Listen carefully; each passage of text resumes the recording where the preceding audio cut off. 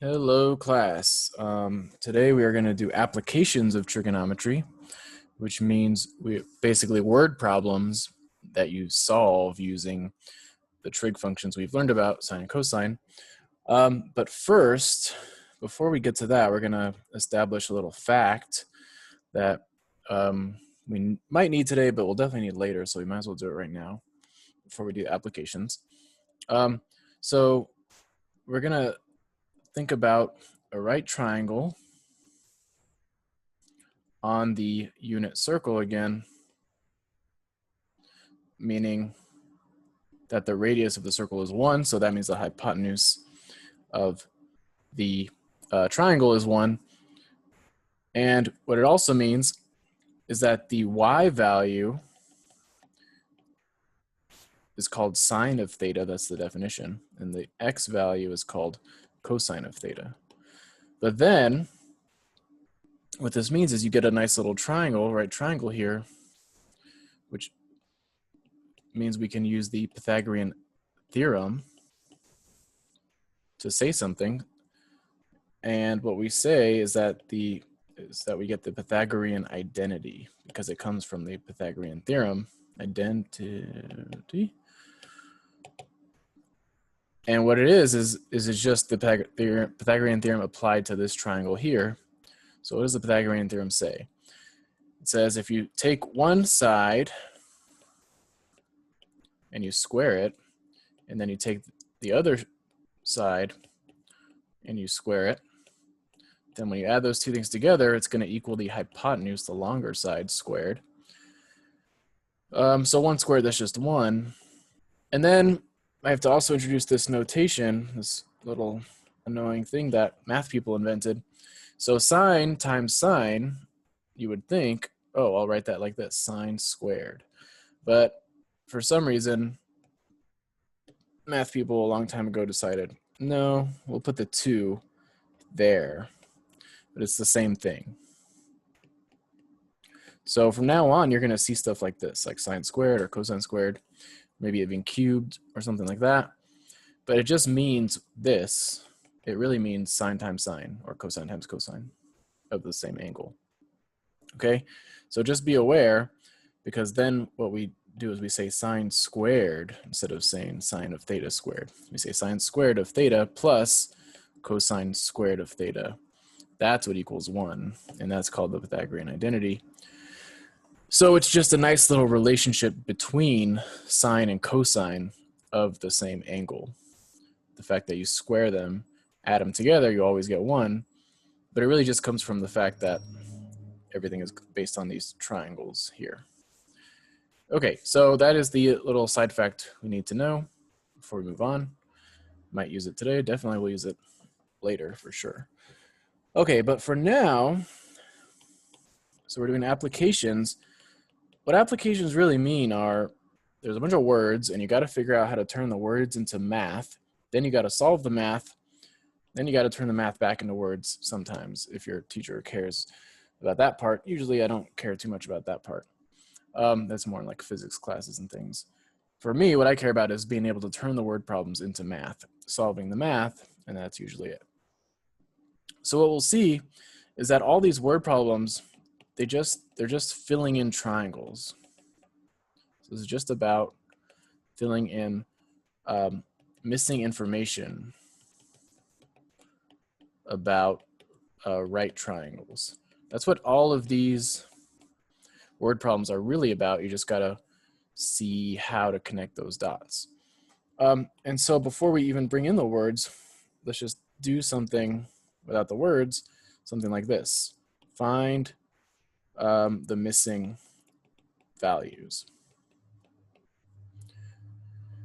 So that's really what the word problems will be about, but you'll have to see how from the words to create this drawing. Whereas in this situation, I'm just giving you the drawing and I'm giving you some information about the triangle and asking you to find the rest. So in this situation, I'm finding A and C. And the trick is always going to be to use the trig functions that we learned about, the trig stuff we've already been doing. And it's pretty much, you only need sine, cosine, or tangent to do these problems.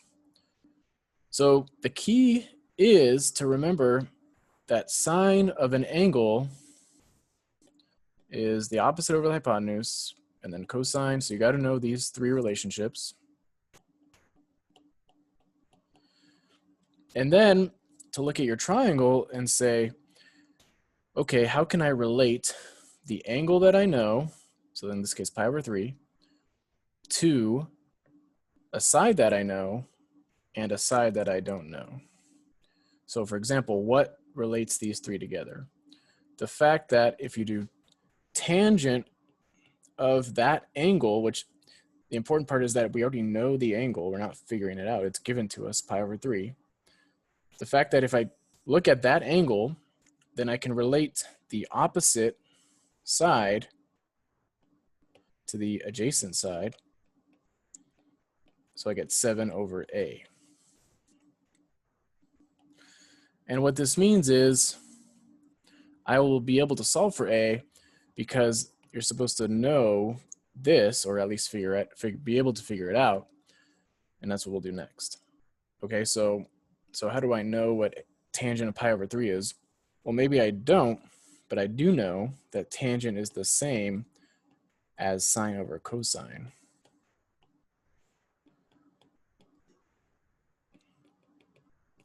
And so to figure out tangent of pi over 3, I don't need to remember it right away. I can do it like this. And then I could just draw my little side example. Okay, here's pi over 3. What's the xy coordinate here? That's all I really need to know. The xy coordinate is I go over a half and I go up root 3 over 2. So that means the y value is root 3 over 2. The x value is a half. And then I'm almost done. Now it's just some algebra to get a alone. So I can reduce the left side like this. That becomes times 2 by flipping it over, since division becomes multiplication. So then I get root 3 equals 7 over a. Multiply the a across, divide the root 3 down, and rationalize if you want. And that's a. Okay, so the key is seeing that the opposite side is the side you're given, and knowing that that relates to the adjacent side through tangent. Now if I want to relate a to c, or sorry, 7 to c, that's the opposite and the hypotenuse. That's telling me I got to use sine to find c. Okay, so now let's do that.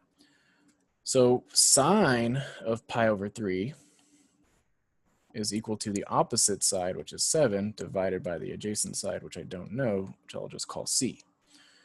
And then same thing as before. The whole point is I already know what sine of pi over 3 is, or at least I should be able to figure out. In fact, I wrote it down over here, so I could just reuse that. It's root 3 over 2. And then I have a little algebra problem where I just figure out c by getting it alone. So I'll multiply it across, and I'll divide the other numbers over, and multiply them over, and then you can rationalize also if you want. So that solves the mystery of the missing sides. And applications are just the same thing, but with words. So let's do an application. I think we're ready now. So here you go. Here's an interesting application. Suppose that you have a building and we want to know how high up it is.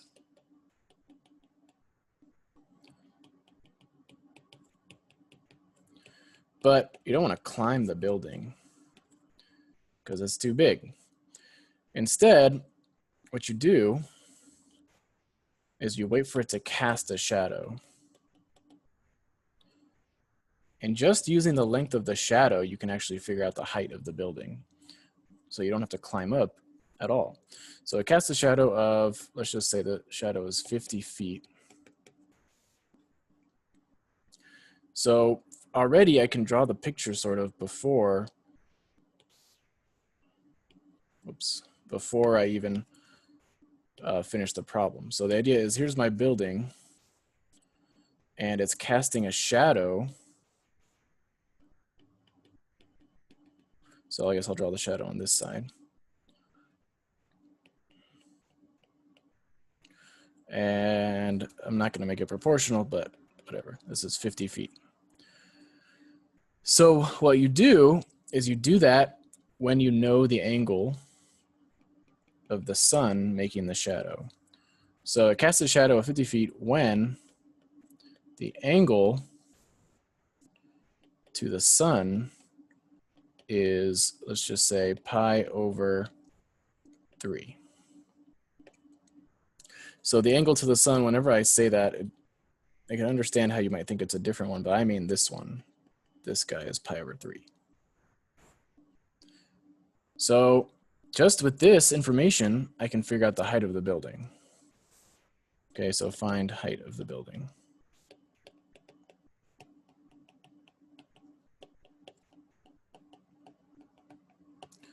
So how can I do that?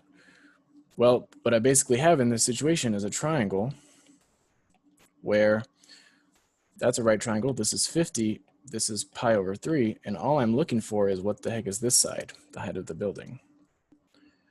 So what trig function relates these three values? Well, I should always start with the fact that I have an angle. So pi over 3 and, oops, I didn't even draw a little fraction sign. I guess I did. So pi over 3 is related to b how? It's opposite, right? So we have an opposite and an adjacent side to that angle, which means I have to use tangent of pi over 3 is related to b over 50, opposite over adjacent. And now I'm just back in this other situation, except I started with a word problem. This is actually the same as what I did over here, basically. Very similar. Except I knew the opposite, not the adjacent. Okay, tangent of pi over 3. Since we did that earlier, I'm just going to reuse it as root 3 over 2 over a half. And if you want to just re-verify, here's pi over 3. Then the x is a half, and the y is root 3 over 2. Tangent is a y over x, so there you go. Okay, just like before, root 3 over 2 and 1/2, they're going to just end up canceling when you flip the 1/2 over, and you're just going to get that left. And then b is just multiply the 50 over. So now I know the height of the building is this much, which you can estimate in a calculator, and I never had to actually climb up the building to figure it out. So that's the nice thing about trigonometry. The only hard part would be knowing you'd have to build a contraption that could tell you when your angle is pi over 3. You do have to know the angle, but that's actually not as hard as climbing a building. So this does make the problem easier. Okay, so yeah, every problem is basically the same as this one, just different pieces of information. So how about this one? Let's say that a person is 7 feet tall. How long is their shadow? Their shadow, when the angle to the sun is, let's do pi over 6 this time. So exact same problem, except now what I know is that the person is 7 feet tall, and I'm trying to figure out how long the shadow is when the angle to the sun is now pi over 6. So I just reduced the problem to drawing a triangle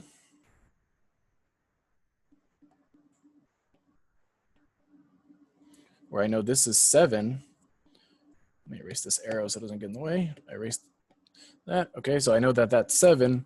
I know that this angle is pi over 6, and now I don't know that. I guess I'll call it A.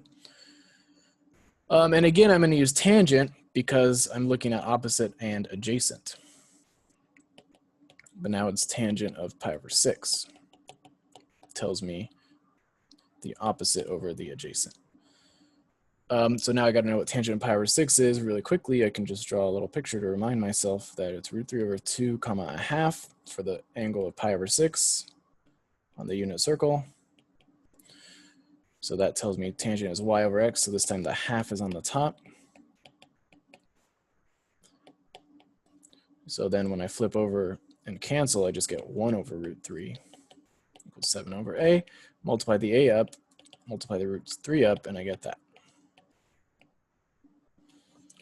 So that is how long the shadow is when the angle is that amount. Okay, so on all of these we keep using tangent. Maybe there's a type of problem where we don't have to use tangent.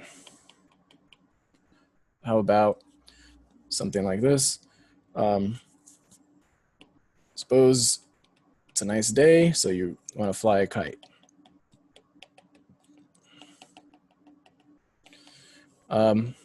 And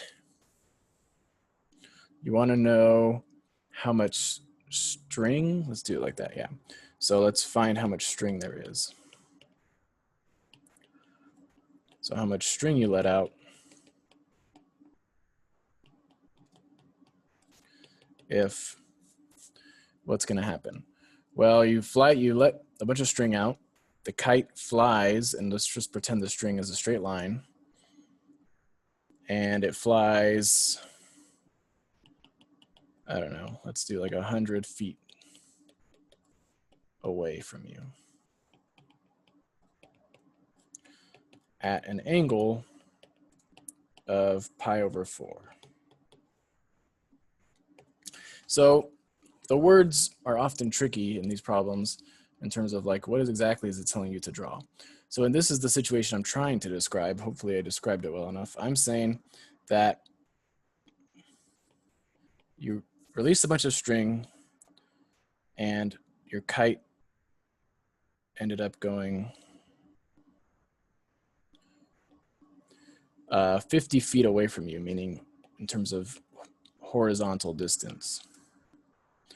And you want to know how much string was released. So you're asking how long is this amount? And the angle to the kite is pi over 4. That's what's given here. So I'm trying to get you to draw this picture. So sometimes I'm not so good at describing in a word problem what I want you to draw. So if you draw it a little differently and you get a different answer, I wouldn't necessarily think it's wrong. I would just think you interpreted my question differently. But as long as your answer came from whatever triangle you drew, then I would say it's fine. Wait, why did I write a 50 down there? I meant 100. Sorry, that was for no reason at all. Okay, but once you have a triangle, then you should be able to do the rest correctly. So here's our triangle. This is 100. This is pi over 4. And I don't know this hypotenuse, so I'll call it C. So how do I relate 100 to C through that angle? This time I use cosine, because cosine relates whatever angle you're looking at to its adjacent side divided by the long side, the hypotenuse. And because I know about pi over 4, I'm able to solve this. So notice I'm always picking nice angles for these problems, because if it was at a pi over 17 degree angle or radian angle, then I wouldn't know how to continue from this spot. But if I just pick nice angles, then all these problems are doable. Okay, so pi over 4, just to remind you, the point on the unit circle is root 2 over 2, root 2 over 2. So I'm looking at the x coordinate because I'm looking at cosine. Luckily, they're the same in this situation, so even if I picked the wrong one, I would still get it right. Okay, now multiply that c over to get it on the top, and then multiply the 2, divide the square root of 2, and then simplify if you want by rationalizing, which gives you that, which gives you this. Okay, so that's how much string was let out in this situation. So those are about the only types of problems. The main thing you need to know how to do is draw this correct triangle for the situation, then use sine, cosine, or tangent to relate the missing sides to whatever angle you know, and then solve the algebra. Okay, so that's it for today. See you next time.